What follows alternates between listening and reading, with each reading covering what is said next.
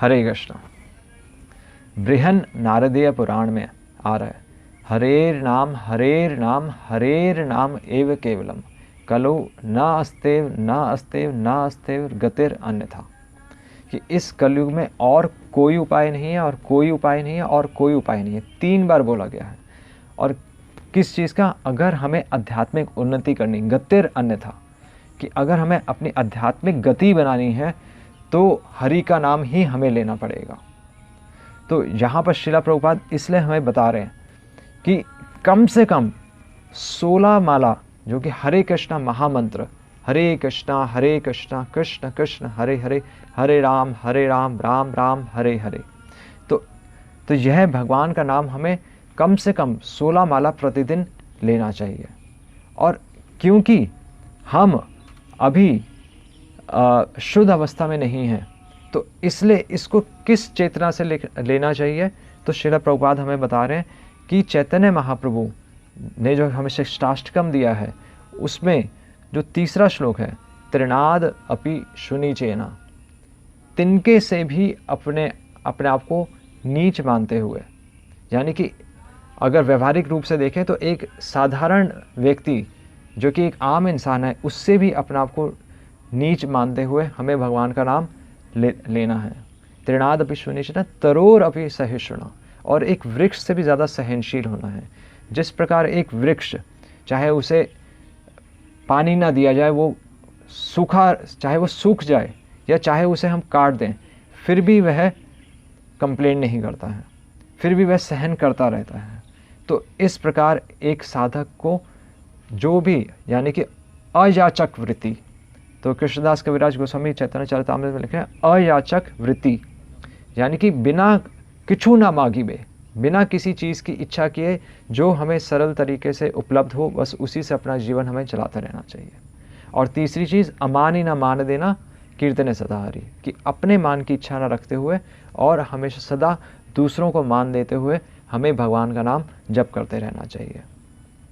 क्योंकि अभी इस अवस्था में हम नाम आभास और नाम अपराध करेंगे, और अगर हम इस चेष्टा से नाम नहीं लेंगे तो श्रील प्रभुपाद लिख रहे हैं, तो हमें कृष्ण प्रेम की अवस्था निश्चित रूप से प्राप्त नहीं होगी।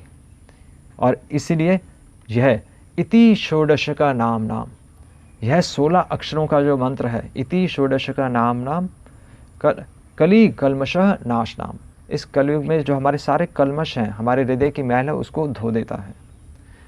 अतः परतरह न उपाय, कि इसके अलावा, अतः न परतर उपाय, इसके अलावा और कोई उपाय नहीं है। सर्व वेदेषु दृश्यते, सभी वेदों में देख लिया। तो ये कलु संतरण उपनिषद में भी ये प्रमाण आता है। इसलिए हमें भगवान का नाम निश्चित रूप से कम 16 माला हमें निश्चित रूप से लेना चाहिए।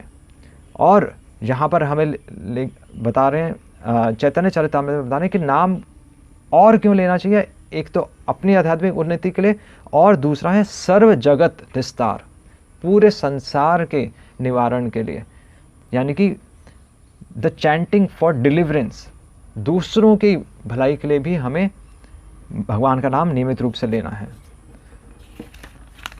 और अयाचित वृत्ति के साथ साथ दूसरों के परोपकार की दृष्टि से, और तीसरा है अपने संतोष के लिए, हमेशा संतुष्ट रहते हुए भगवान का नाम लेना चाहिए।